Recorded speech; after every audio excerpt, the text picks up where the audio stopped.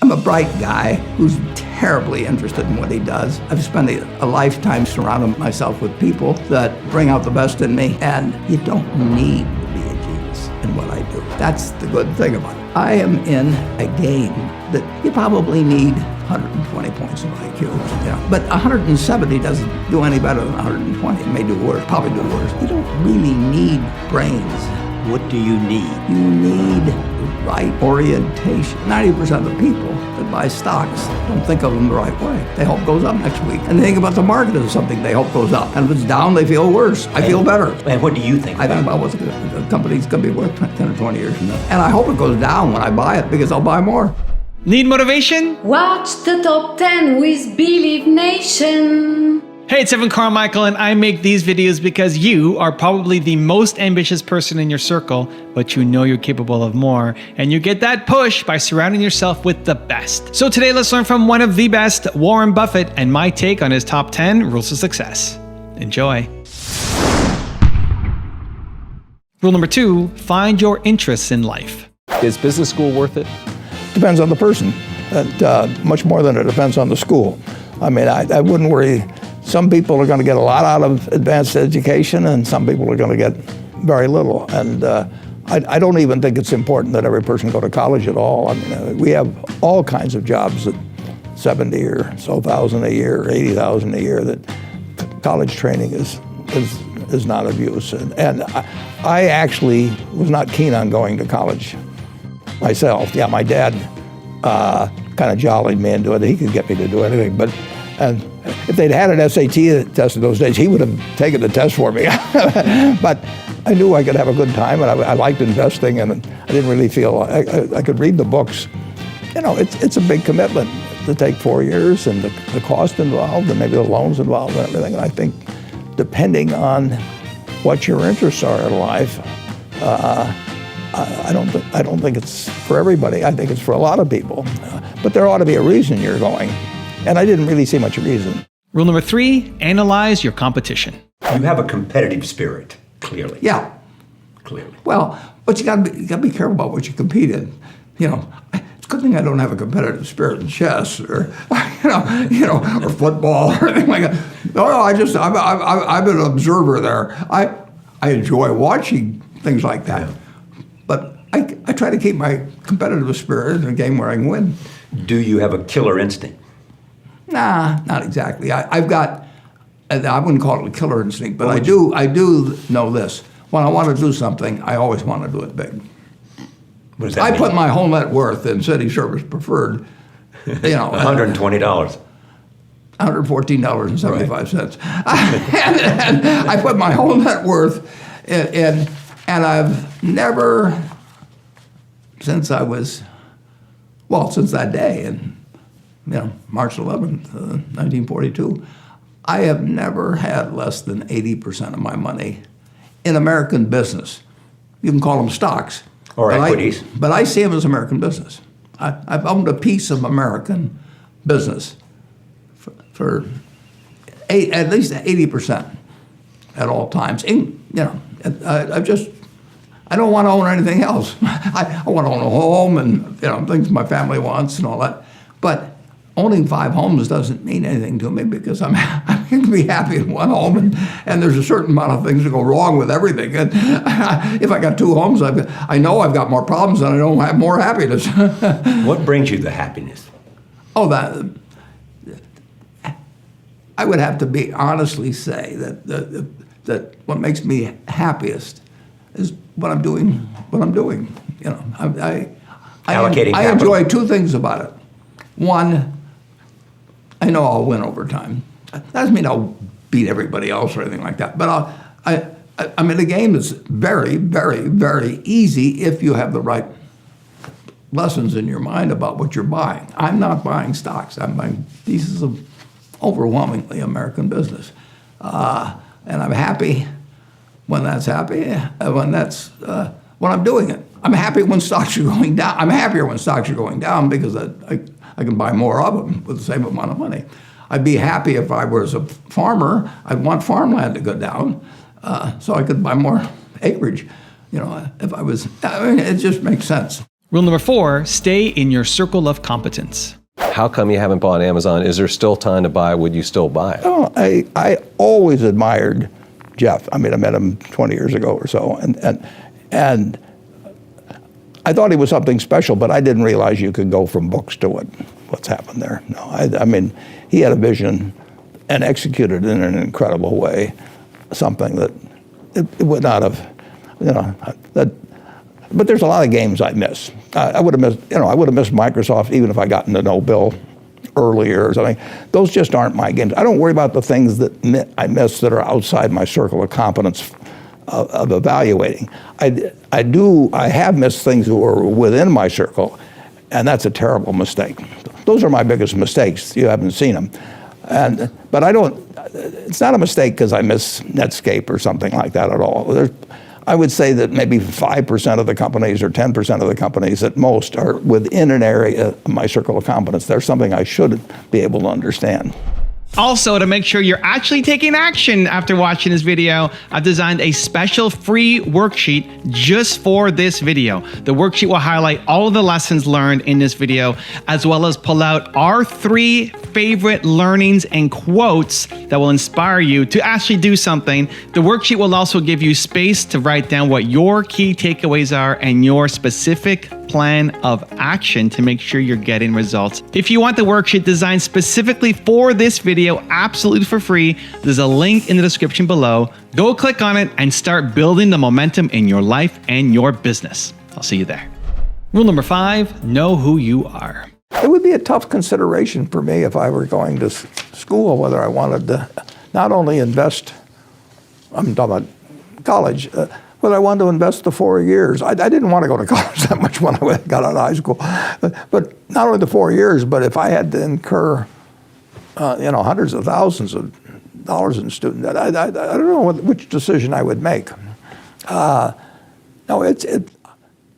Higher education is really expensive, and we've helped out many thousands of students, and the Gates Foundation has done the same thing, and other of the foundations that I support.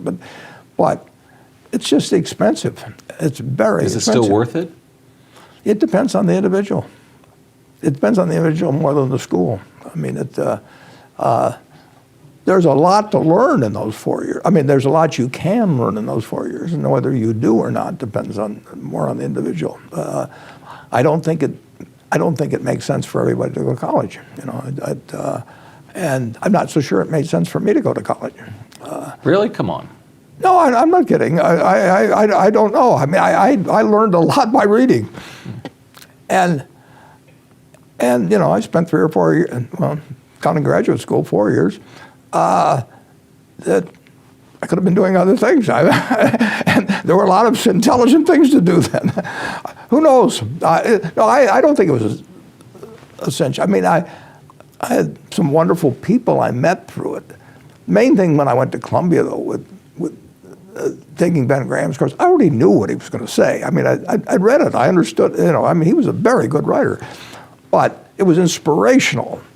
It was inspirational more than it was educational. Rule number 6, study human behavior. It's absolutely true, in my view, that you can and should understand human behavior better as you do get older. You just have more experience with it, and I don't think you can read. Charlie and I read every book we could on every subject we were interested in, when we were very young, and we learned an enormous amount just from studying the lives of other people. But I don't think you can really. I don't think you can get to be an expert on human behavior at all by reading books, no matter what your IQ is, no matter who the teacher is. And I think that you really do learn a lot about human behavior. Sometimes you have to learn it by having multiple experiences. I actually think despite all the other shortcomings, and I can't do mental arithmetic as fast as I used to, and I can't read as fast as I used to, but I do think that I know a lot more about human behavior than I did when I was 25 or 30. Rule number 7, invest in real value. We've got to crank in interest rates because everything and valuation gets back to interest rates. And if you take the U.S. Treasury bill now, which is, we'll call it 80 basis points, depends what maturity, that means the U.S. Treasury bill is selling at 125 times earnings. Now, if your alternative is to buy something at 125 times earnings, or a good business whose earnings will probably increase at 15 or 18 times earnings, you've got to measure it against the risk. It isn't really a risk-free instrument, but the standard rate. And in 1982, the rates got up 15% or thereabouts, and that makes a lot of difference. I mean, you've got a choice with money. What do you do with it? In Europe, if you put it in the bank, you will be charged for having it there. I mean, it's better to keep it under your mattress. So you've got a choice every day is what you do, and I think equities are cheaper than fixed dollar investments.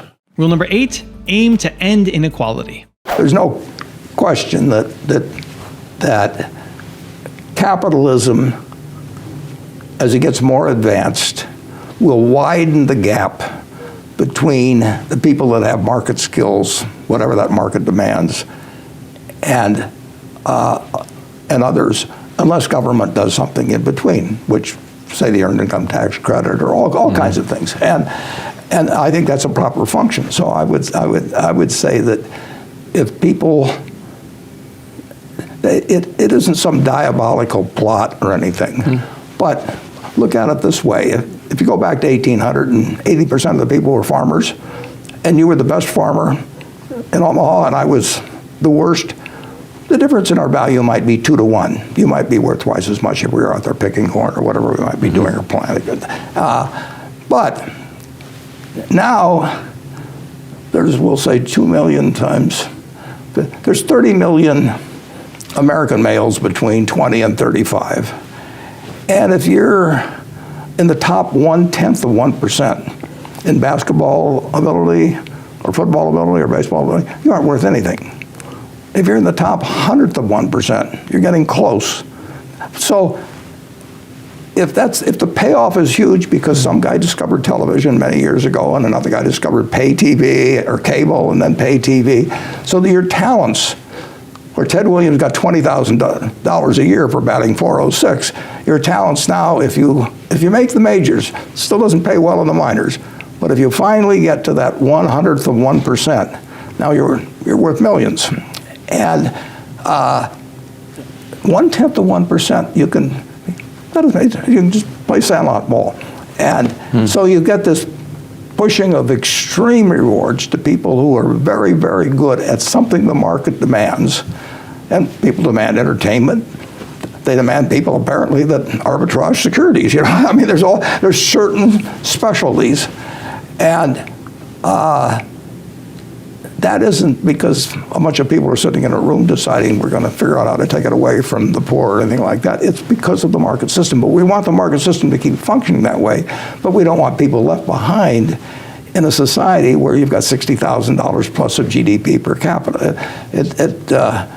And that the people in the lower half have been falling behind the gains overall achieved by the country, and they aren't worse off than they were 20 years ago. They're somewhat better off, and they're better off because of things like an iPhone. I mean, that's something that's terribly useful, and everybody. I get the benefits of search, for nothing, basically. But that's the ultimate tension: is how do you keep a system that produces incredible benefits for everybody? Sports is an easy example because we all like to watch them. We don't want to watch a bunch of guys like you and me play basketball.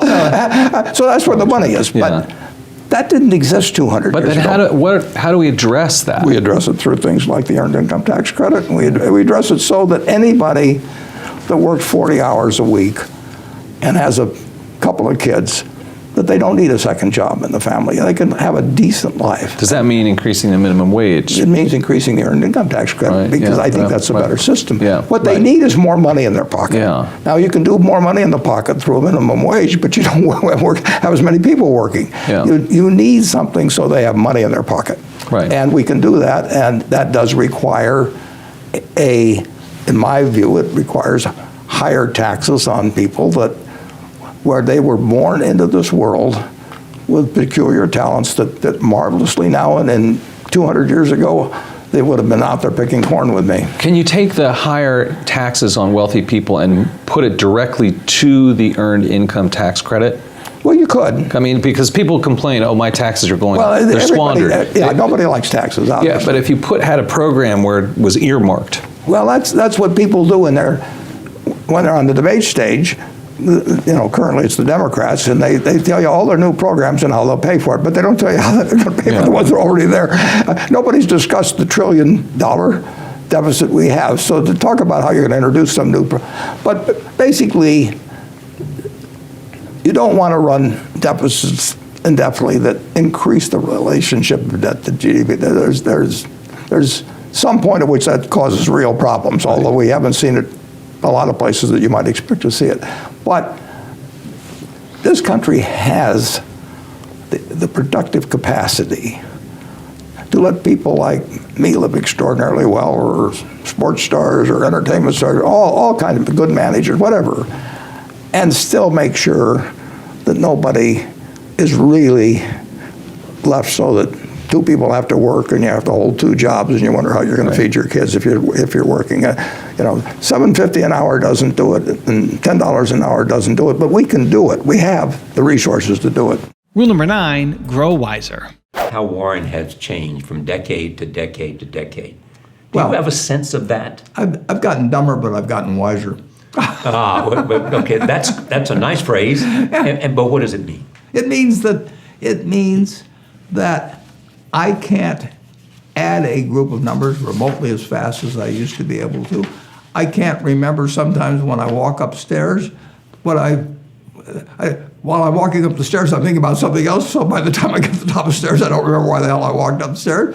It means I forget names so easily. It means that I can't read as fast as I used to read. I am a decaying machine that still feels wonderful. But I can't hear as well, I can't see as well, my balance is as good, but it doesn't interfere with my happiness, my work, anything. Especially your work. Well, I mean, clearly your happiness, but it doesn't, you're It saying, doesn't interfere with notwithstanding anything. It doesn't interfere with anything. that age is... I can get on a plane, go anyplace. I can do anything as long as you don't ask me to dance. Or juggle, or even remember, who did I meet yesterday? But in terms of doing the job that you do, allocating capital, I can actually do that as well as ever. as ever. Yeah, that sounds obvious. But better than that, do you do it today better than you did it 20 years ago? Yeah, I've got a different set of opportunities. And rule number 10, the last one before some very special bonus clips, is focus on philanthropy. Well, that's certainly a possibility. I mean, it's a possibility under me. It's a possibility under the successor. I mean, it's a question of, can you invest truly large sums reasonably well? You can't do it as well as you can do small sums, so there's no question about that. But we will have to see how that works out over many years, because certain years, lots of opportunities, huge opportunities present themselves, and other years are totally dry holes. So that's not a judgment you can make in a 1-year period or a 3-year period. It's certainly a judgment you can make over time, though. And I personally, my estate will have basically nothing but Berkshire in it for some time as it gets dispersed to philanthropies. And I have a section in there which says to the trustees, in effect, who manage it, I have a section in there that says, ignore you're exempt, from my standpoint, from the law that trustees normally should diversify and do all of that sort of thing. And I want the entire amount that they have to be kept in Berkshire as they distribute it over time to the philanthropies, and I don't worry at all about the fact. I would like to have a very large sum go to the philanthropies, and I don't worry at all about the fact that it essentially will all be in Berkshire. I'm willing to make that decision while I'm alive, which will continue for some years after I die. So I have a lot of confidence in the ability of the Berkshire culture to endure, and that we have the right people to make sure that that happens. But I'm betting my entire net worth on that, and that doesn't give me pause at all. I rewrite my will every few years, and I write it the same way in respect to the Berkshire holdings. It's very important to have the right framework. You need to have an approach to investing that's sound. And Graham's approach is simple, but some people adopt to it, and which I did immediately, and most people don't. But if you have the right philosophy, you will find opportunities as you go through the next 20, 30, 40, 50 years. We don't prepare ourselves for a single problem. We prepare ourselves for problems that sometimes create their own momentum. I mean, 2008 and 2009, you didn't see all the problems the first day when what really kicked it off was when the Freddie and Fannie, the GSEs, went into conservatorship in early September. And then when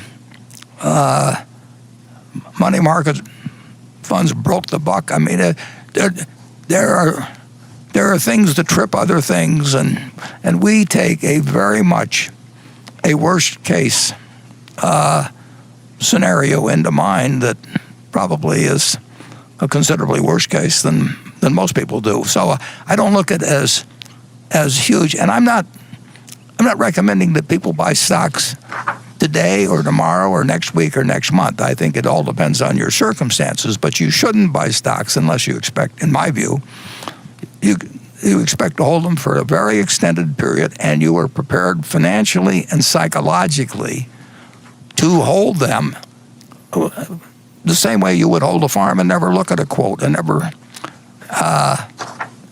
pay it. You don't need to pay attention to them. I mean, the main thing to do, and you're not going to pick the bottom, and nobody else can pick it for you or anything of the sort. You've got to be prepared to, when you buy a stock, to have it go down 50% or more, and be comfortable with it as long as you're comfortable with the holding. And I pointed out, I think a year, maybe 2 years ago in the annual report, just the one before this most recent one, I pointed out that there have been 3 times in Berkshire's history when the price of Berkshire stock went down 50%.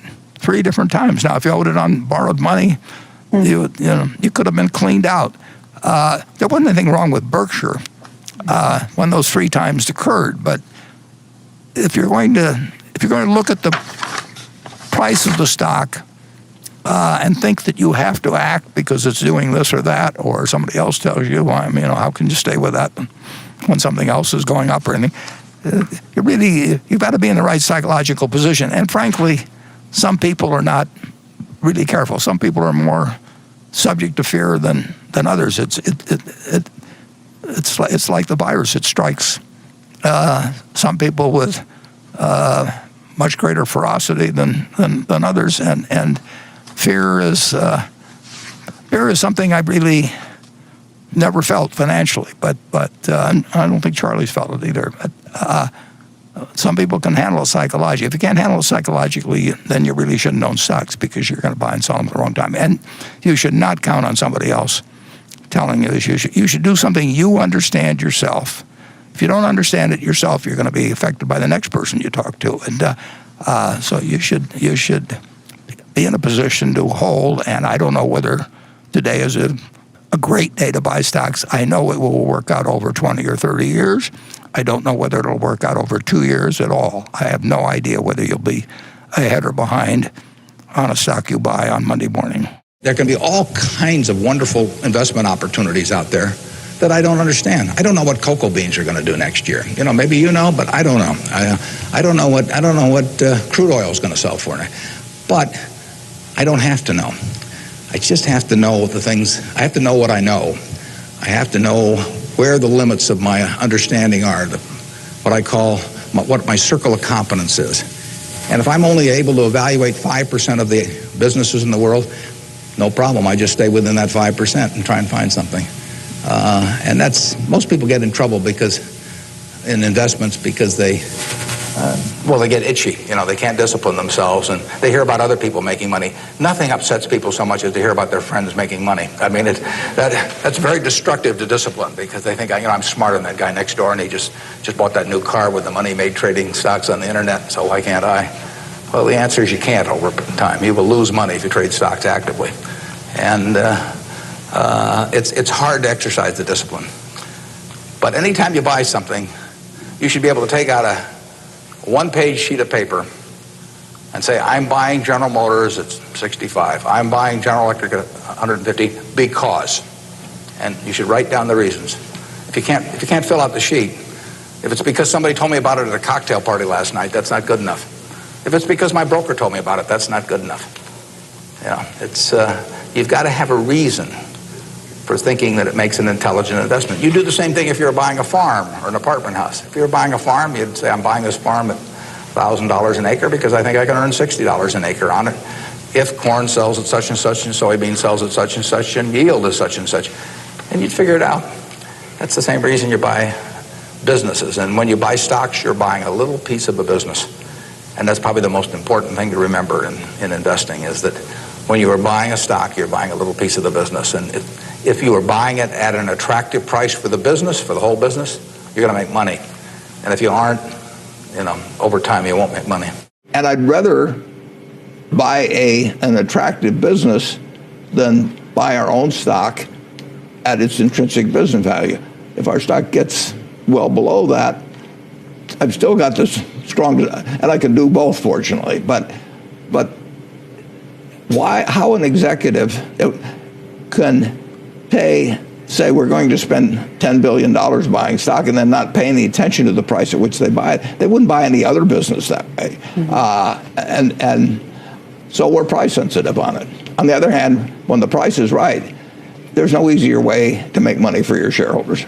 Some of our managers are in businesses that are just much easier. I mean, we bought into a variety of businesses. People are obviously influenced by what pay arrangements are elsewhere. It wouldn't be human if they weren't. And trying to come to the right answer when you have different degrees of capital intensity, very different degrees of basic profitability, and how much you scale up based on size, because there is an incentive to grow businesses. Usually if businesses get much larger, everybody from the CEO down expects to earn more money for something where they really bring the same amount of intensity and work and ability to it. It is really a tough question. I think that if you engage compensation consultants at public companies, which they all do, they're going to recommend things that cause them to have CEOs recommend them to other companies. It's just you're working against human nature when you have an arrangement like that. I would say that we have obviously kept a very, very, very high percentage of the managers that we hope to have stay with us. In fact, just about 100%. And I think people do like to make their own decisions.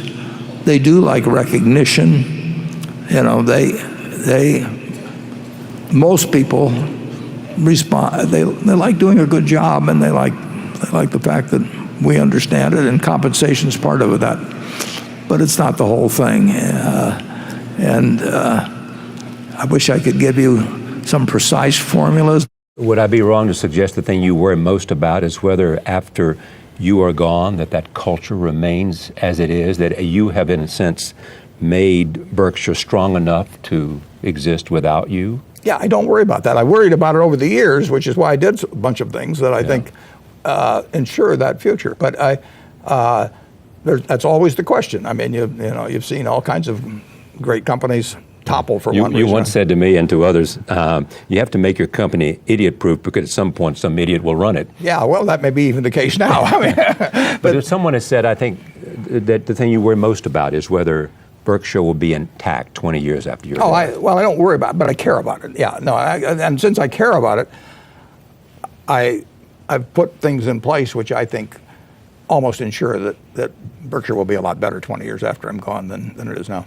You are joining us on a day when we have watched the stock market continue to set new highs. The S&P, the Russell, and the NASDAQ. The Dow's not far off. And the question we always ask you is, do stocks look expensive to you at these prices? Well, they are definitely. If you had your choice between buying and holding a 30-year bond for 30 years or holding a basket of American stocks, there's just no question you're going to do better holding stocks. So it's more attractive considerably more attractive than fixed income securities. That doesn't mean they're going to go up or down tomorrow or next week or next year. But over time, a bunch of businesses that are earning high returns on capital are going to beat a bond that's fixed at roughly 3% for 30 years. And it's not my field of specialty, but actually they look, stocks generally, which are their businesses, they're American businesses, 30 trillion worth of them, and they look cheaper than generally real estate. You're sitting with some cash in your pocket, you've had savings, and the question is, what do you do with it? You can buy a duplex next door and rent it out to people and do fine over time, or you can buy a small piece of farmland or something of the sort, or you can put it into something fixed income, bonds or bank deposits or whatever it may be. And stocks, if you look at American equities, American business is earning a lot of money relative to the capital put in. And the reason stocks are worth a whole lot more than they were 20 years ago or 50 years ago or 100 years ago is companies have plowed back part of the earnings. With a bond, you get it all out in interest. You get your 3% or whatever it is, and that's what you have. With stocks, you get maybe a 3% dividend, but they're plowing money back or they're repurchasing shares or doing something. And over time, that just makes a huge difference. Charlie Munger and I have been making stock decisions and business decisions one way or another together now for 55 years. We have never the macro doesn't enter into it, nor does political. We have not made decisions differently because one party or the other's in power. We have not made decisions based on whether we thought interest rates were going to go up or down, or what was going to happen with labor negotiations someplace. You don't want to give up what you know how to do because of opinions which you don't know whether are right or not, and which are going to be transitory in any event. So you really go out there every day and do whatever makes the most sense. So when we buy the auto dealerships last week, we don't factor in anything about the Fed, about the deadlock in politics, about what's going on around the world. Those are all important things, but they don't affect whether those dealerships, which we're buying to own 100 years, they don't affect whether they're going to make money in the year 2024 or 2034 or 2044. And the important thing is whether we get a good business with good management at a sensible price. The most important thing, aside from the things I've talked about already, is really who you associate with. You want to associate with people that are better than you are. I mean, basically, you'll go in the direction of the people that you associate with, and you want to have the right heroes. You want people. If you want to emulate somebody, you better pick very carefully who you want to emulate. And when obviously you can't pick your parents. They're going to have an enormous influence on you, but you don't get a choice on that. But you get choices as you go down the line, and who you admire, who you want to copy, and the most important for most people in terms of that decision is their spouse. It's also important in terms of a partner in business, but the partner in life is the most important one. You want to pick a spouse that's better than you are, and then he or she, and you hope they don't figure it out too fast. You famously passed on Intel when it was getting started, I thought, and other. Yeah, I knew Bob Noyce pretty well, and we bought it.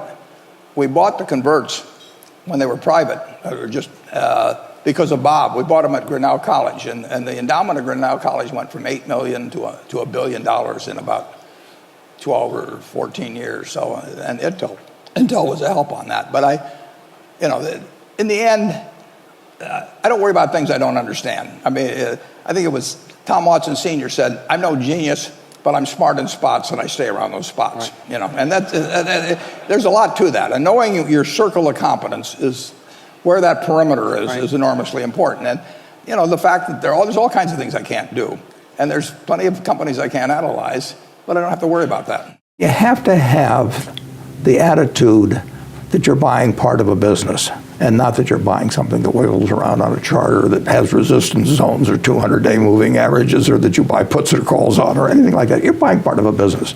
And if you buy intelligently into a business, you're going to make money. And then you have to buy something that, in my view, which you do if you're buying a business, that you're not going to get a quote on for 5 years, that they're going to close the stock exchange tomorrow for 5 years, and that you'll be happy owning it as a business. If you owned Coca-Cola, it didn't make any difference in 1920. When I went public, the important thing was what I was doing with customers. And you probably would have been better off if there wasn't any market in it for 30 or 40 years, because then you wouldn't have gotten tempted to sell it. And you'd just watch the business, and you'd watch it grow, and you'd feel happy. So the proper attitude toward investing is much more important than any technical skills. Why get involved in something where the decisions every day are terrible when you can get into a business where they're very, very easy? It's much more fun to sell Coca-Cola and everybody's smiling. As my partner, Charlie Munger, says, we haven't learned how to make a silk purse out of a sow's ear. We have enough trouble making a silk purse out of silk. You've been famous for your investment strategy on basically that follows the opposite side of principles, invest when the chips are down and ride it up. That served you well. So what's your favorite time that you were able to accomplish that, when you caught somebody down and moved well, up? I always think my favorite time's going to be tomorrow. It's always been fun, and there's a company here in Washington called Geico, and I first got exposed to that in 1950. I was 20 years. I was 19 years. Well, it was 51. I'm sorry. I was 20 years old, and I came down here, and I came down on a Saturday because I'd learned that my professor who I worshiped at Columbia, named Ben Graham, was the chairman. I got down here and the door was locked. When I went to the building, because it was Saturday, and I pounded on the door, and some janitor let me in, and a marvelous fellow named Lorimer Davidson spent 4 hours with me teaching me all about insurance, and he helped me so much in life. You're going to get help by some wonderful people in life. It's a great thing to remember later on when you get to be my age, that all the help you've received from different people, because nobody does it alone. Obama got in trouble when he said that in the campaign, that nobody does it by themselves. Nobody does do it by themselves. We all sit in the shade of trees that were planted by others. So it's obligatory, I think, to plant a few trees ourselves if we've had good luck. It's been a great ride, but it's not over.